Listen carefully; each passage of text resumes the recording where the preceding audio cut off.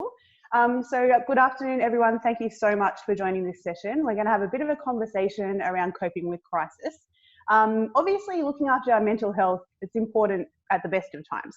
And with the current climate and the COVID-19 pandemic and this situation that's happening right around the world, so not just for us, it's obviously very normal for people to be experiencing like a wide range of emotions, feelings, thoughts, a lot of stuff like that.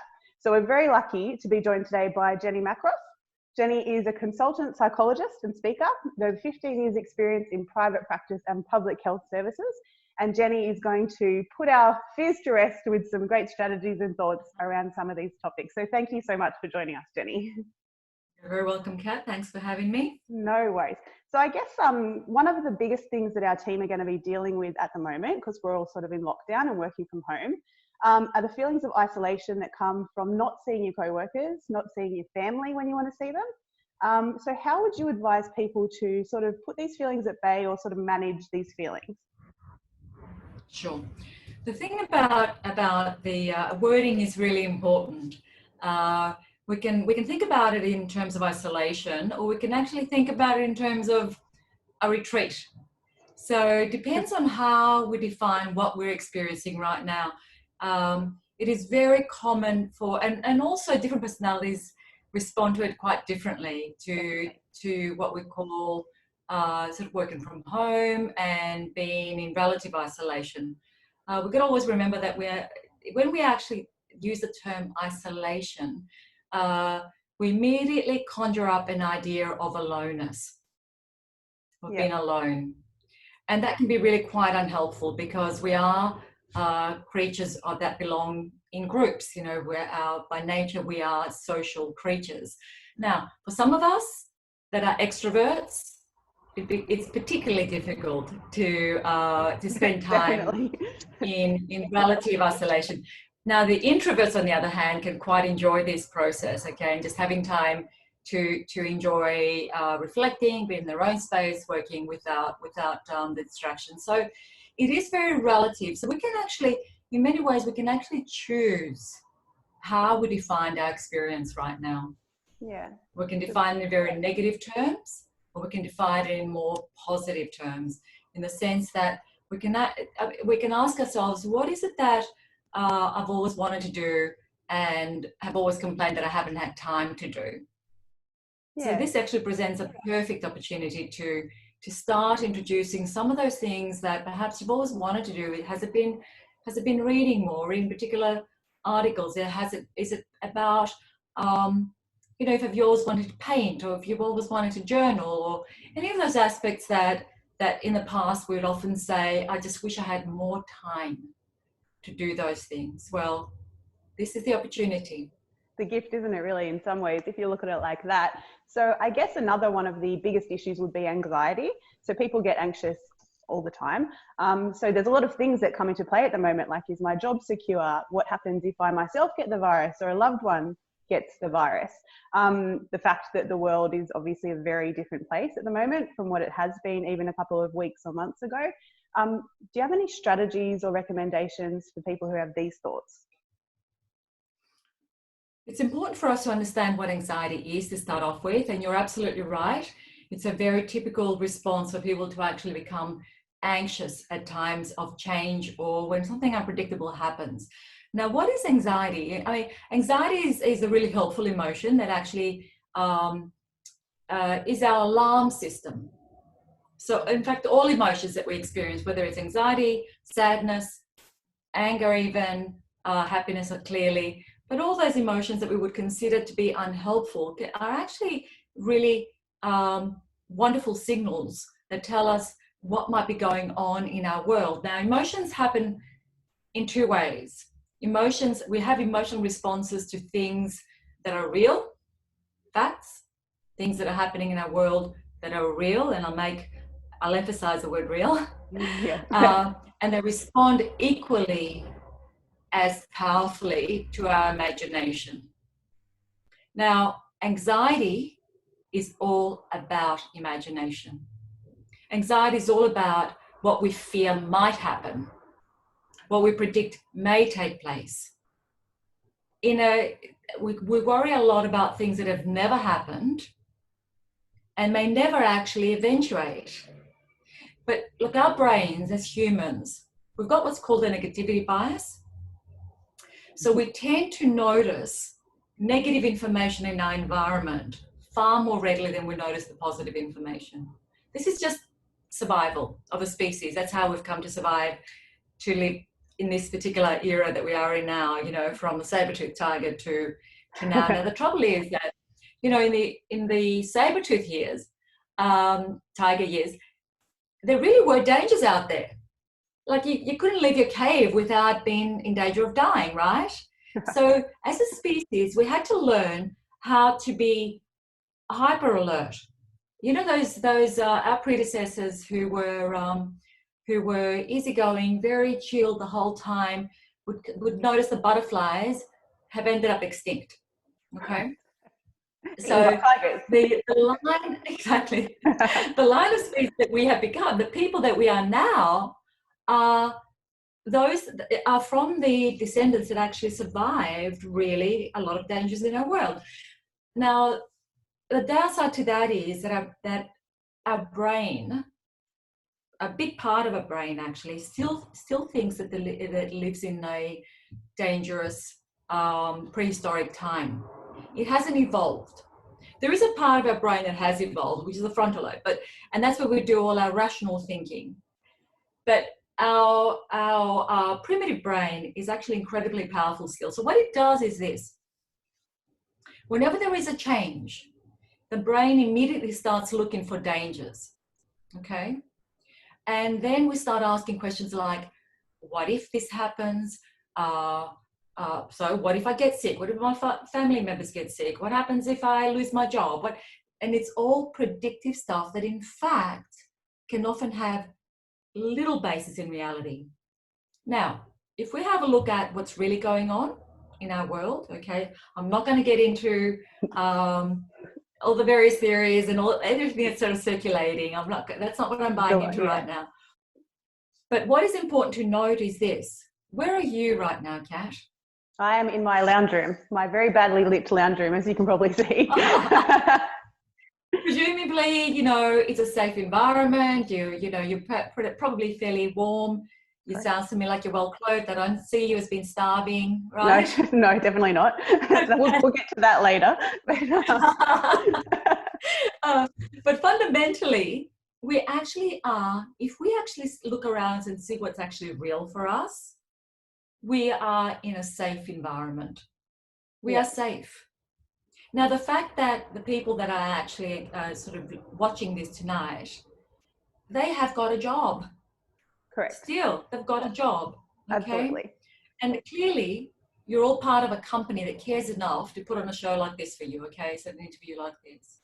Correct. Therefore, I would be saying, have a look at what is real in your world right now. Have a look at what is safe in your world right now, as opposed to buying into the primitive brain that wants to keep you always in the survival mode. And the survival mode is all about fear. Okay, we have to be, you know, and as I said, in the prehistoric world, we had to experience fear in order to take action, because those fears were real. There were actually real dangers. That we don't actually have that level of danger right now, despite the fact that our brain will tell us we do. Is that making sense? That makes a lot of sense. Yeah, So, I think absolutely. And I think, you know, we don't have tigers, so we're good in that regard. I think a lot of people would probably join me in saying that a lot of these anxious thoughts can come about at night when you're trying to sleep. And everything seems to be a lot worse in the middle of the night. And sometimes it's just a matter of waking up in the morning and realizing I've got food, I've got shelter, I've got a job. Things are not that bad.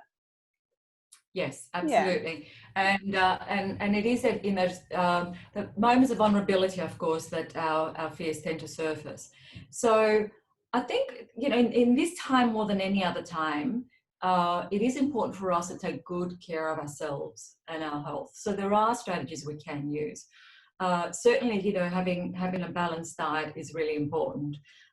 Making sure that you get your exercise still is critical for a lot of reasons. I mean, exercise, I'm sure a lot of you are aware, exercise is not just about building up strength, physical strength. It's also about building up mental resilience.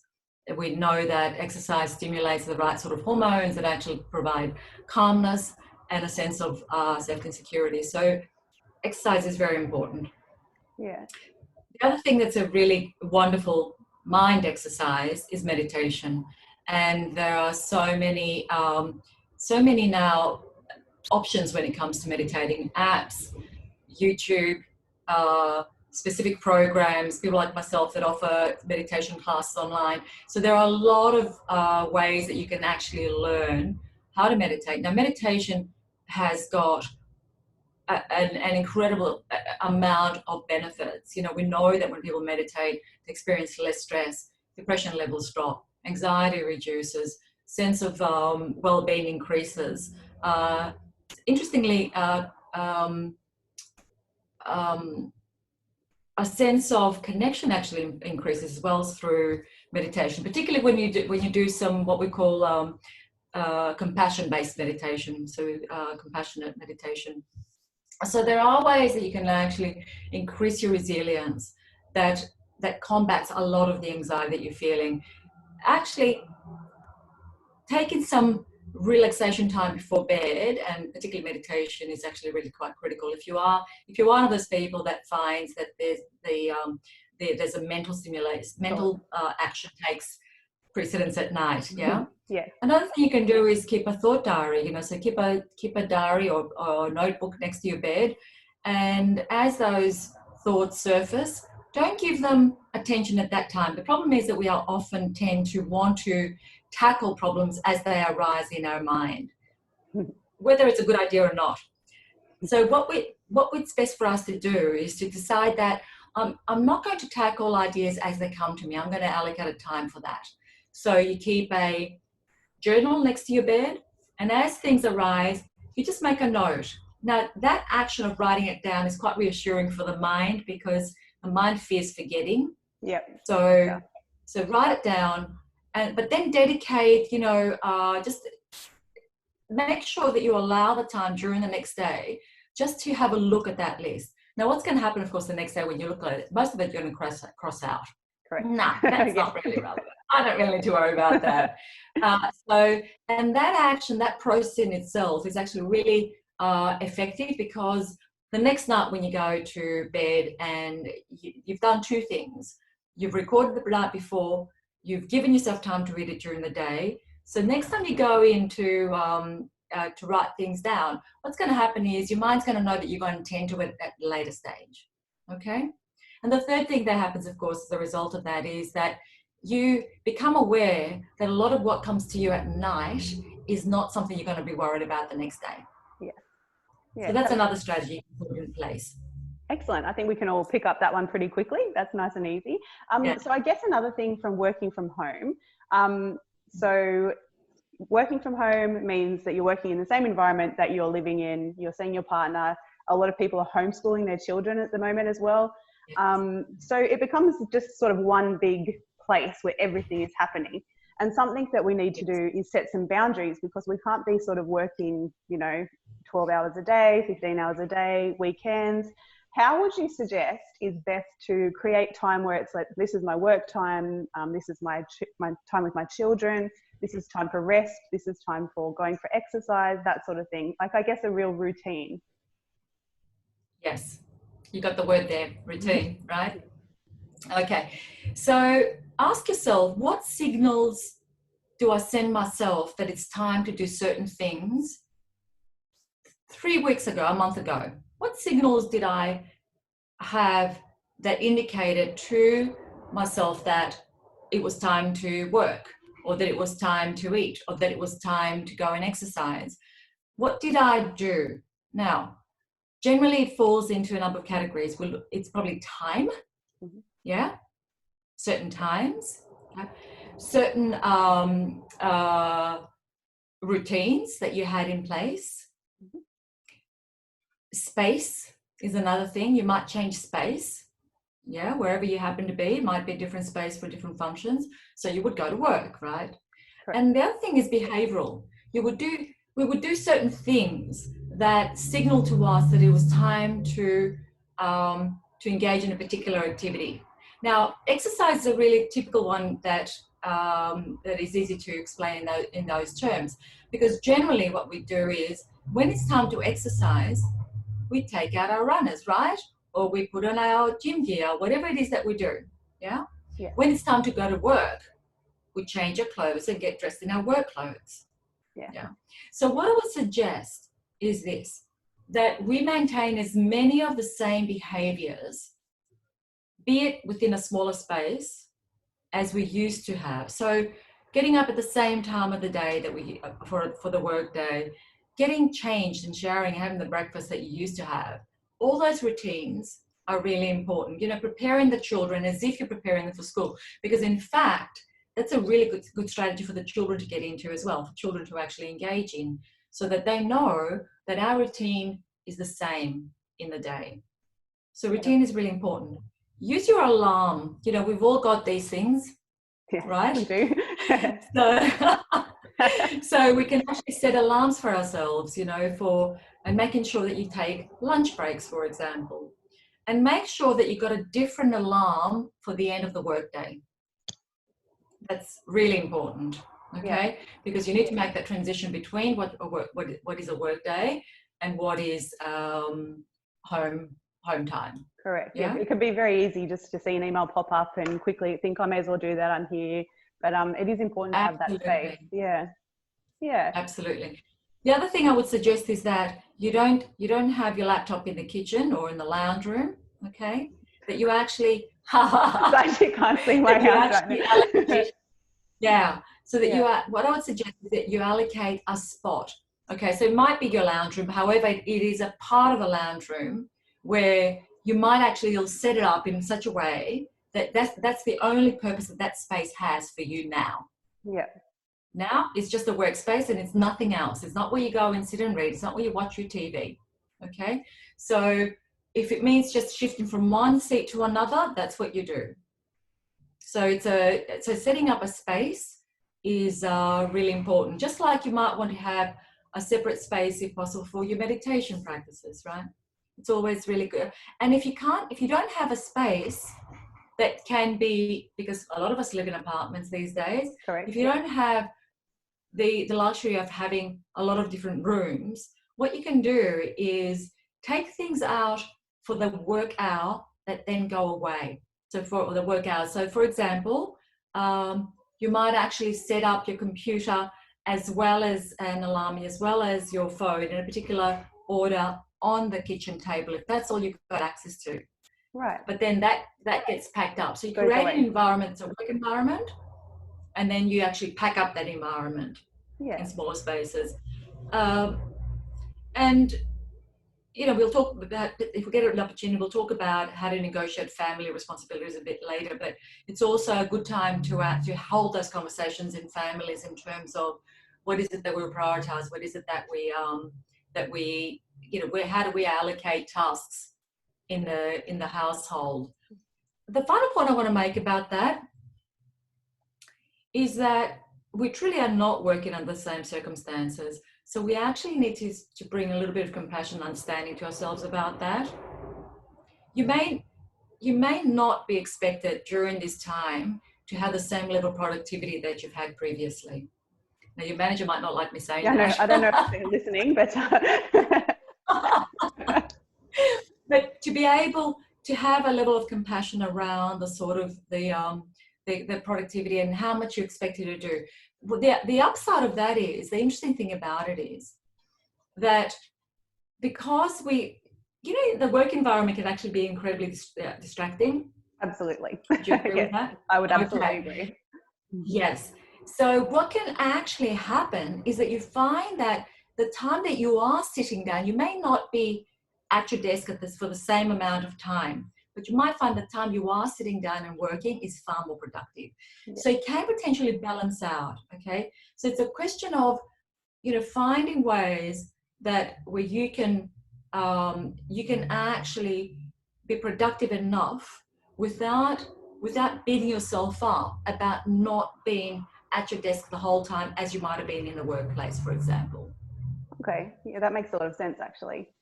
I just wanted to touch on something that we were talking about before, just in terms of making sure we had the boundaries and the space. So one of the things that we do miss from not working in the office is our colleagues and the relationships that we have with them. What would you say if we notice a friend or a co-worker who is suddenly dropping off the communications, we're not hearing from them as much? Obviously, there might be something wrong. How do we support each other at this time? Okay, great. Now, if somebody's dropping off and not communicating as much, it could simply be that they're an introvert. Okay, they're quite happy. Yeah, it's possible they're quite happy. Yeah, let's not make assumptions about that. However, it is important to look out for each other. It is important to actually be aware that for some people, change is difficult. Yeah, and what's really important is to ask, that you make contact, that you actually say, hey, I haven't spoken to you for a while, haven't seen you around for a little while, is everything okay? How are you managing?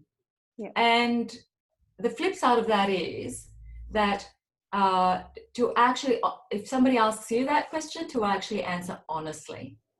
Yeah. Our tendency is that we ask, how are you? And most of us respond with, yeah, I'm great, I'm good, doing well. Yeah, when in fact we may not be doing well. Yeah. So there's two sides to it. One is asking authentically, so that you're actually really asking, how are you? And the flip side of that is that you actually honestly answer. You answer how you're feeling. You might and understanding that, really getting that that we are not alone in this. Nobody is alone in this. Yeah. You know, the thing that's really quite amazing with what's happening right now is that most of the time when we've gone through in our lives, when we go through stressful situations, one of the most dangerous factors that we tend to engage in, or the thinking that we engage in, is that we tell ourselves we're alone. We tell ourselves that I'm the only one that's having this reaction, that everybody else is coping. Anybody else would have been able to do this better than me. So we feel alone and isolated, but it's isolation in our own thinking. It's not, we don't actually remind ourselves that in fact that this is a very human, common experience. So the common humanity, understanding that this is a common experience that all of us are going through right now. And there'll be lots of people out there that would be experiencing the same thing as you are. So to be able to speak about that is really critical. Yeah, and now, I guess also if you actually become aware, please go ahead, Kat. Oh no, I was just going to say, I think would you agree it's very important not to discount feelings, however small they may feel. You know, for example, I myself miss seeing my colleagues at work, and I find it very isolating, not isolating, very retreat-like here at home. But yeah, I definitely miss having like that day-to-day interaction. So I think that can seem silly when there's so much going on in the world. It can seem very small, but it's still something that is a feeling, and it should be acknowledged. Absolutely, you're absolutely right. I'm glad you said that, because it's nothing is trivial. As I said, if you're feeling it, then somebody else is feeling it as well. They'll probably feel a lot of relief if you actually contact them and say hi. So maintaining those links is really important. I would suggest that that if you feel like texting, call. Okay. Okay. Call. If you make it a personal contact, it doesn't. You know, even if it is like a 2-minute, hey, how are you going? Hearing somebody's voice is much more effective than what we tend to do these days, which is text each other or email each other, okay? If you want to actually check in on somebody, give them a call. They can always not pick up, in which case you leave a message, okay? But try and call rather than actually text or email, as long as the time frame sort of suits. And so, you know what I'm saying, right? But making that personal contact is really important. If you discover that that a colleague is really suffering, what I would say to you is provide some personal support, empathy, you know, that this is a tough time. So let me give you a little strategy for ourselves and for others to help us walk through, okay? Mm-hmm. Find out or ask or identify, what is this feeling? What am I feeling right now? Name it. There's a lot of power in naming a feeling. this is anxiety, or this is sadness, or this is fear, or this is irritability, whatever it is, name it. And then acknowledge it and be okay, which is what you were referring to before.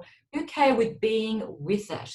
Just recognize that it's here for me right now, and it's okay. This is how it feels, right? This is how it feels, and this is, and the next thing is, where do I find it in my body? Where am I locating it? So this is all mindfulness. You know, it's about identifying what my experience is in this moment, allowing it to be there. The second component of that is self-compassion. So acknowledging this is difficult. This is not a pleasant feeling. It's a bit of an ouch moment, you know, and give yourself some soothing. In other words, you know, if you're having a difficult time right now, you know, making sure that you remember to breathe, making sure that you do something kind for yourself. And also, when you're talking with somebody, you can actually encourage them to do all these things. You know, what are you feeling right now? You know, is it sadness? Is it fear? And you know, what can you do? I mean, this is so common, isn't it? This is something we all feel at one point or another. So acknowledgement, the common humanity, and then the soothing. You know, that you know, hearing somebody kind of just sigh with you can be incredibly healing. Yeah. Oh, wow, that's tough, mate. You know, it's very healing. Yeah. And also, if you've got concerns, direct them. Ask them to contact somebody, or ask, you know, are you okay if I speak with somebody that can actually help? You know, it might be management, it might be somebody, you might make a recommendation as to a contact. So actually put them onto somebody who can actually might be able to provide more professional help. But being there in the first place is important, yeah? Yeah, understood. So I guess we kind of briefly touched on this before, and it does sound a little bit silly, but when you are at home, I guess it's a combination of the fact that the fridge is right there, and also sometimes boredom eating. So how do we make sure that we don't come out of lockdown twice the size that we went into lockdown, I guess? Yeah, any tips there for not overeating? Oh yes, I have found myself going to the fridge a few times, so I understand that sentiment. Yeah. Okay, so what I would be saying is stock up with good food. Okay, so to start off with, get rid of the environmental temptations. Okay, so that you're not actually having chocolate in the pantry, or if you're going to have a block of chocolate, that it's going to be there for the whole week. If you eat it at the first night, then just eat it first night and get over with, but you're not going to go back and buy another one the next night. So managing the environment is one factor, okay? And developing habits so that because we all need to sort of get up and move around. The temptation is to go to the kitchen and make and just grab something to eat. Once again, what I would suggest to you is that you set alarms for meal time. So morning tea, presumably that's what you would do at work, lunch, and then afternoon tea through the day, okay? So set your alarms in between when you get up to go and get something. Make yourself top up your tea, for example. You know, the kettle is a great device. You know, you can sit there and watch it boil. You can actually, you know, fiddle with your tea bag, you know. And so... which is in fact the strategy that I'm using currently. You know, I'll make herbal tea, and I'll keep making herbal tea through the day. Very good for you. It's warm, it's nurturing, it's soothing, and it's also healthy. Okay, yeah. So that's partly what I'll be saying is set up your environment and set up some healthy habits, and again, routines. Routine. Seems like that's a big one, is routine, that we need to focus on. So we've literally only got 1 minute of your time left, and we really appreciate that you've given us this time. Is there any last advice or tips or anything you could share with us that would help us all through this tricky time? I would say, remember that you are part of a human race, and that you know, all of us seek happiness and want to avoid pain. This is a universal common factor. And if you remind yourself that what you're experiencing right now, whatever your experience is a very normal experience. You're able more easily to speak with people, and you're able to more easily reach out, and you're also you're able more easily to extend compassion to others and understanding to others. Yeah. So just remind yourself that you are human and part of the human race. I guess we are literally all in this together at the moment. So thank you so much for your time. I'm sure that everyone has found this as incredibly helpful as I have. So thank you so very much. And thank you to everybody joining us. And all the best, and we will speak to you soon. Lovely. Take care, Kat. Thank you. Thanks, guys. Bye. Thanks. Bye-bye, everyone. Bye, everyone. Thank you.